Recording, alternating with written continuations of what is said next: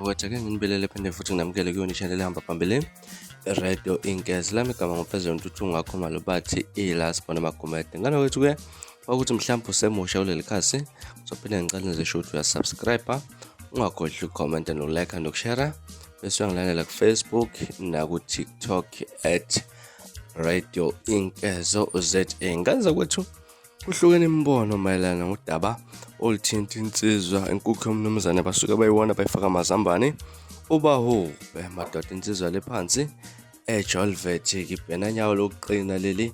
Kunevideo ngana kwethu etrendayo enkundleni zokuxhumana ikakhulukazi ku-TikTok la ubahube ekade edlala enkundleni yakhe ayithanda kakhulu eThekwini workshop-ke elaphana. Kuzokhumbula ukuthi workshop iyona indawo eveze ubahube, so ubahube ngaso sonke isikhathi la ihamba khona uhleze iqhakambisa ukuthi-ke i-workshop iyona ndawo eyamthatha angelutho, iyambeka aphezulu. Ngakho indawo kumnyama kubomvu kunjani ohleze eyeseka ngaso sonke isikhathi-ke. Kunevideo ngana kwethu-ke la ubahube kade edlala khona inemvula-ke laphana, kodwa insizwa ibonakala laphana ikhombisa uthando lokudlalela ababukeli noma isimo sezulu singavumi. Ngaza kwethu ngizokudlalela ivideo uzibonele wena, kodwa mina ngifuna ukuzwa olwakho uvuka ukuthi wena mhlawumbe ngokwakho ukucabanga okanye ngokwakho umbono uthini olwakho uvo ngalolu daba. Okungenzeka mhlawumbe njengoba basha abanye bahlukene phakathi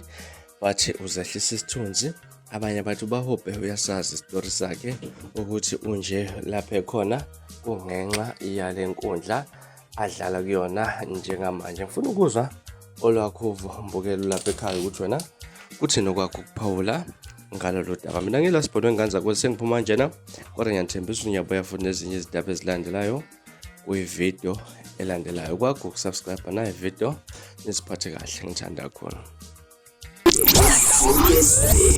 Senkezweni